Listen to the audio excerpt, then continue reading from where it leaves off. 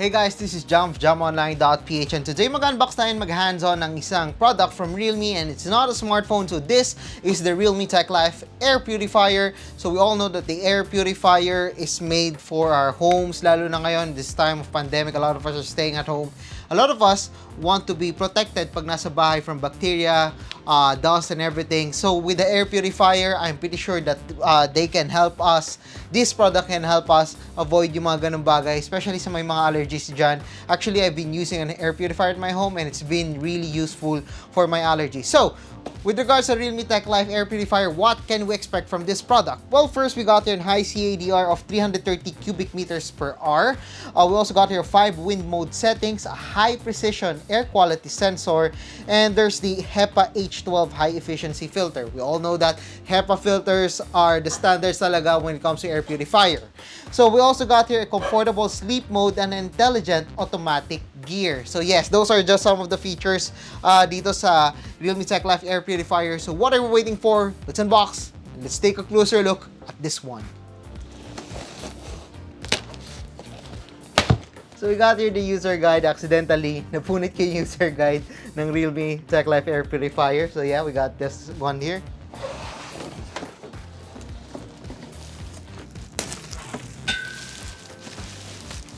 So we got here the realme TechLife Air Purifier. Actually, hindi siya ganun kalaki. I actually like the size. It's perfect for my condo.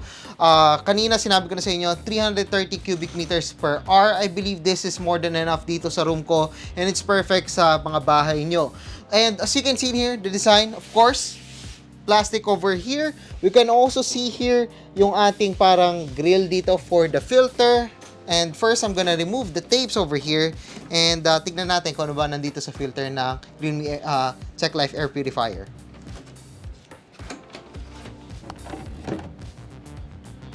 So here's what's inside the Realme TechLife Air Purifier. So as you can see in here, we got here the filter.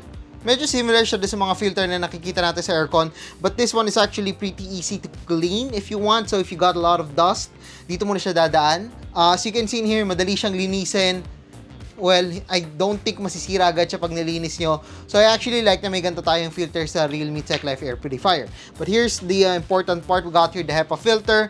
So, Realme is promising na up to 2,800 hours or 4 to 6 months of usage dito. So, I believe baka sa iba, baka tumagal palalo. Pero yeah, that is the recommended na tagal ni Realme pagdating sa kanilang filter. But I actually like what they did in here. We got here the HEPA filter. Then we got here another filter dito sa labas. Basically, we got 2 filters, mas madali linisin, then this one is the replaceable one. And don't worry, kung ano yung unahan, may nakalagay dito na front, which means hindi kayo malilito and kung ano yung dapat nakaharap sa inyo.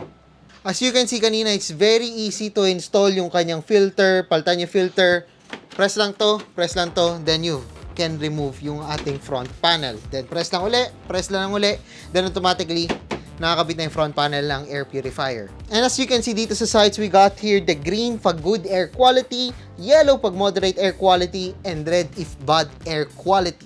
Unfortunately, there's no remote control for the Realme TechLife Air Purifier. But for me, I think hindi siya big deal. I mean, once naman turn on na natin to, bihira na natin galawin or gamitin yung air purifier once naka-on na siya. So, I believe okay lang naman yon as long as we got here the indicators na kailangan natin and of course, the features that we need. Now, we know kung ano ma-expect natin dito sa Realme TechLife Air Purifier.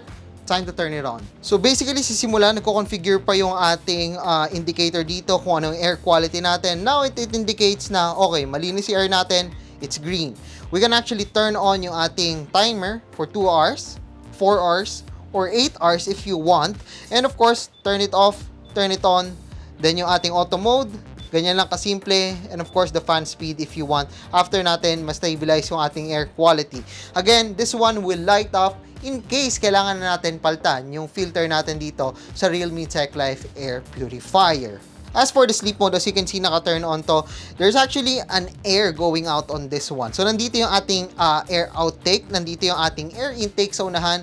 And so far, tahimik nga talaga yung Realme TechLife Air Purifier if you're using this mode. But once we turn it on, of course, mas lalakas siya ng konti, especially if we switch to number 2, yung ating speed mode. And pagdating naman sa pinakamalakas na mode,